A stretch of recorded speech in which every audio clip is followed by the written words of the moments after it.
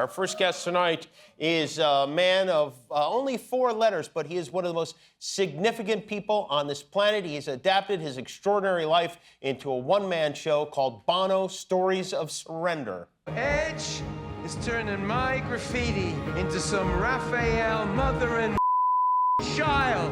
And Larry and Adam are burning down the gallery. That's right. Come on. Let's find the thing that we can do that no one else can do. Adam, you can do that. We can do this thing. Edge, we can do this thing. Adam, Larry, if you walk away, walk away. If you walk away, walk away. If you walk away, walk away.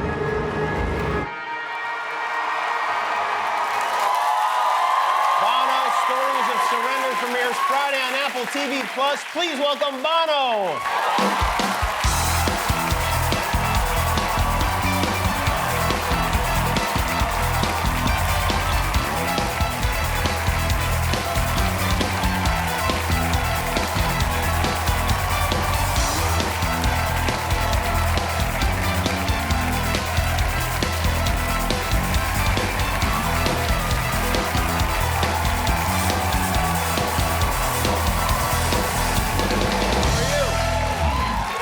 Very good to see you. I learned a lot about you last night as I watched this movie. It's you wrote, well, first of all, you wrote a memoir, and then you turned it into a one-man show, and now you've turned it into this film. Yes, I play an aging rock star on a massive ego trip. It's quite a stretch.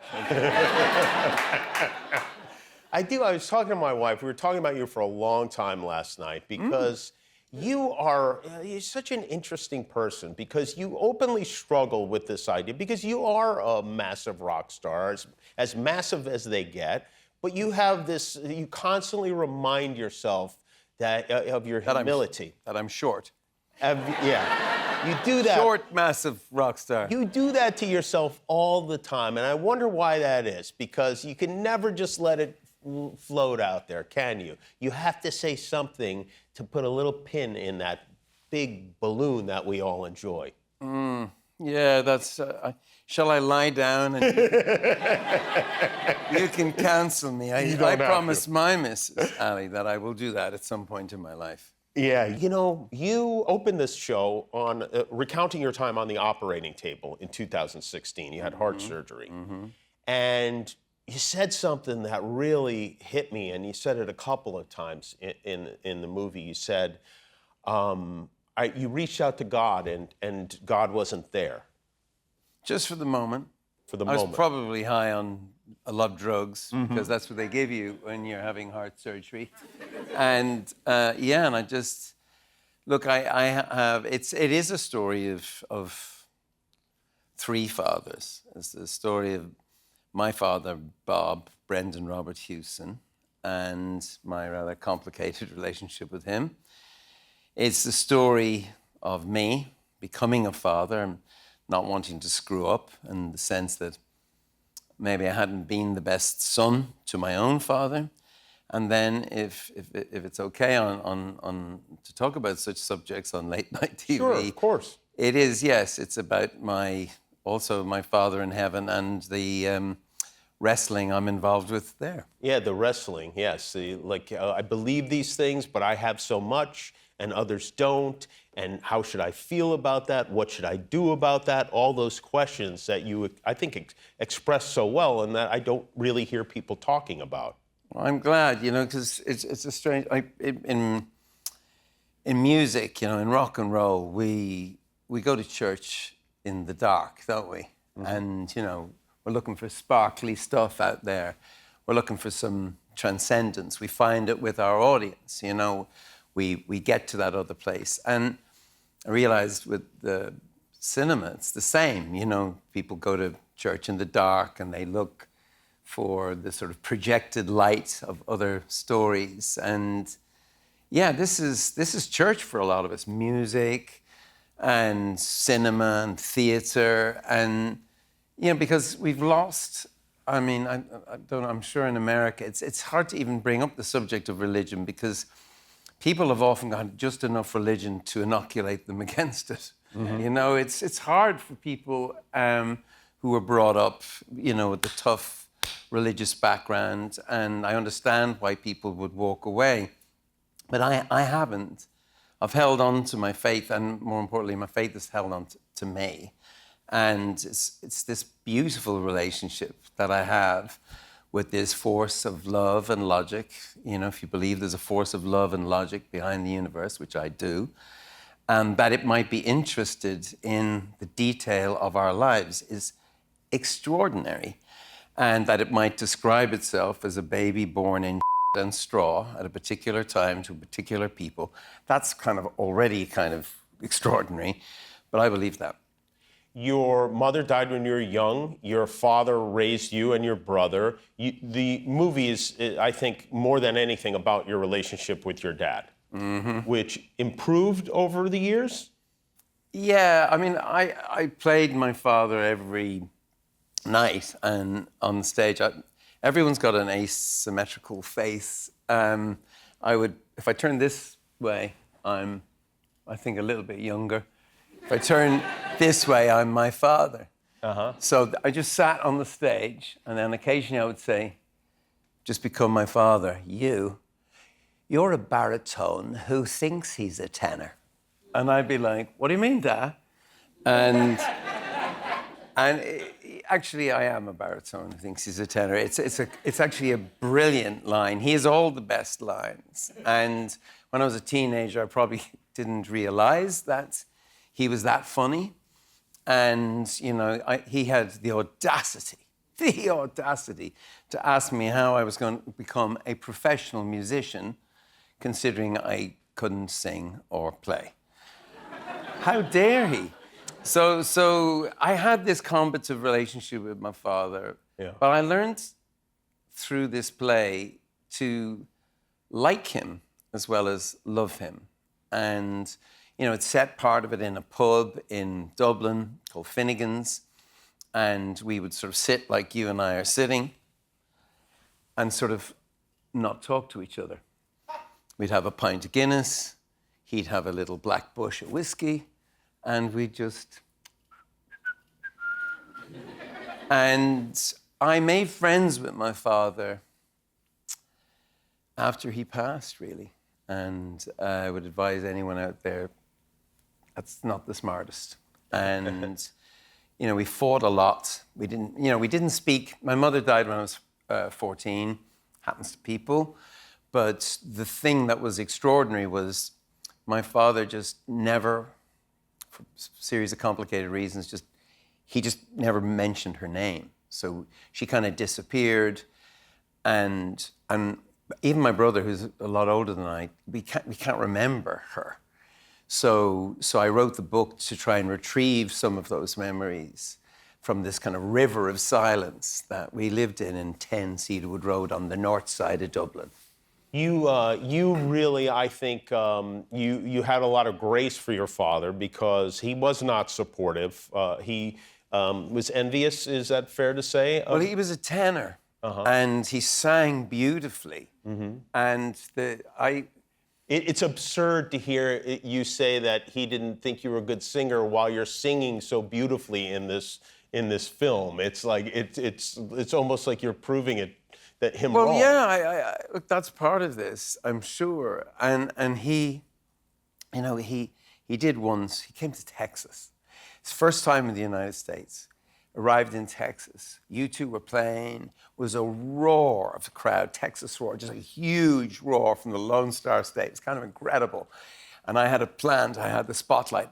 My father's just arrived here in Texas, and first time in the United States, and there he is there, Brendan Robert Hewson, Bob Hewson, and he just stands up like this. And I, like, perfect. He does not disappoint. And then after he came back to the dressing room, and I'm kind of always a bit funny after a show, and I'm just kind of trying to come down from it all. And I just could tell that he was going to say something really quite profound. And he put his hand out and he said, "Son, you're very professional. And if you come from punk rock, being professional may not be the greatest compliment, but I tell you, it felt like the greatest compliment, and I take it as a great compliment. Bono is with us. His special's called Bono's Stories of Surrender. It's on Apple TV+. We'll be right back. We're back with Bono's Stories of Surrender is on Apple TV+.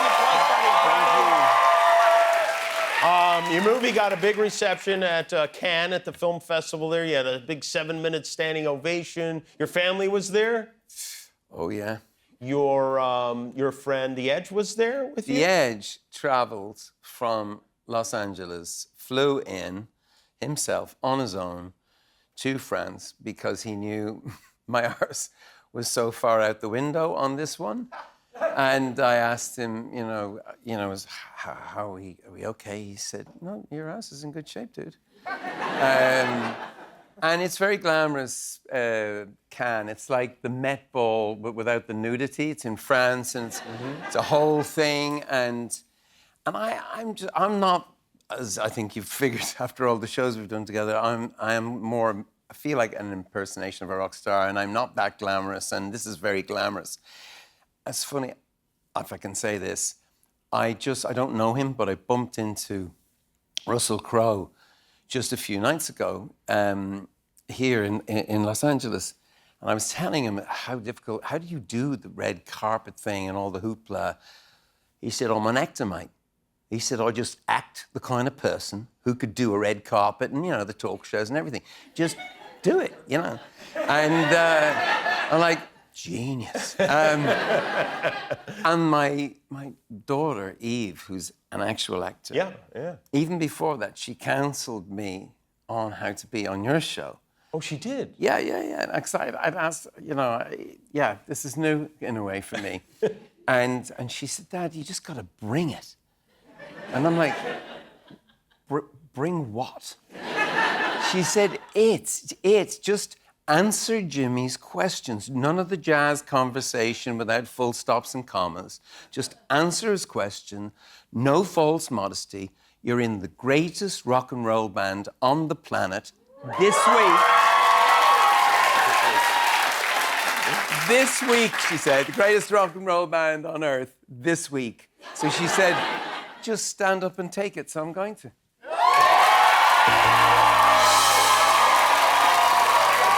That's what she said. So false modesties might have saved me. We got a 7-minute ovation, and apparently that's a very big deal. But I did a dumb thing. I stopped the ovation. I thought, this is embarrassing. And people are saying, don't stop the ovation. And I just wanted to tell my wife, Ali, that this wasn't a story I'd written myself, the memoir, and that she had wrote it. And that Edge, who we wrote the songs, so many songs together, and Adam and Larry, they had written this story.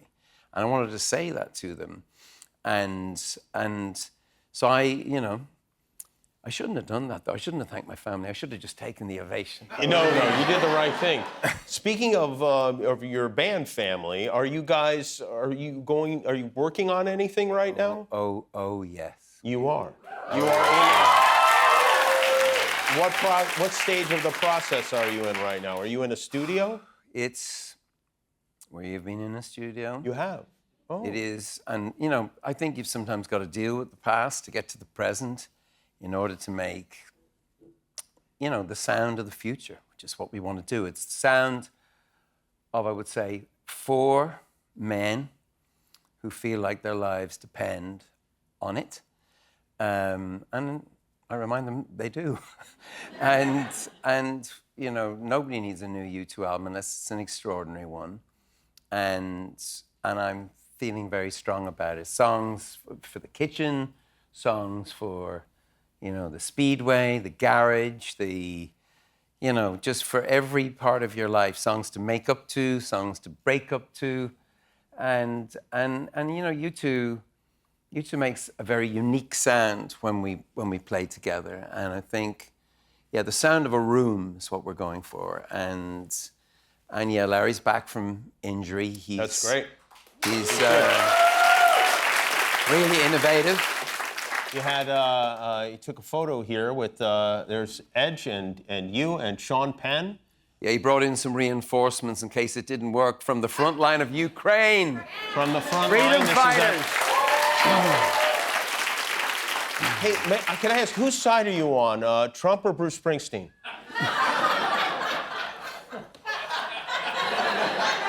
Remember what Eve said. Bring I think it. there's only one boss in America. I do want to ask you about this because I'm sure you're aware our president gave you a little shout out. How much did Kamala Harris pay Bruce Springsteen for his poor performance during her campaign for president? Why did he accept that money if he's such a fan of hers? Isn't that a major and illegal campaign contribution? What about Beyonce? And how much went to Oprah and Bono? I don't want to cut in on your action. No, because I know the president at 1 a.m. or 1:30 or whatever that was is usually thinking about you. Sometimes. But two points I'll make. One, to be in the company of Bruce Springsteen, Beyonce, and Oprah, I'd play tambourine in that band.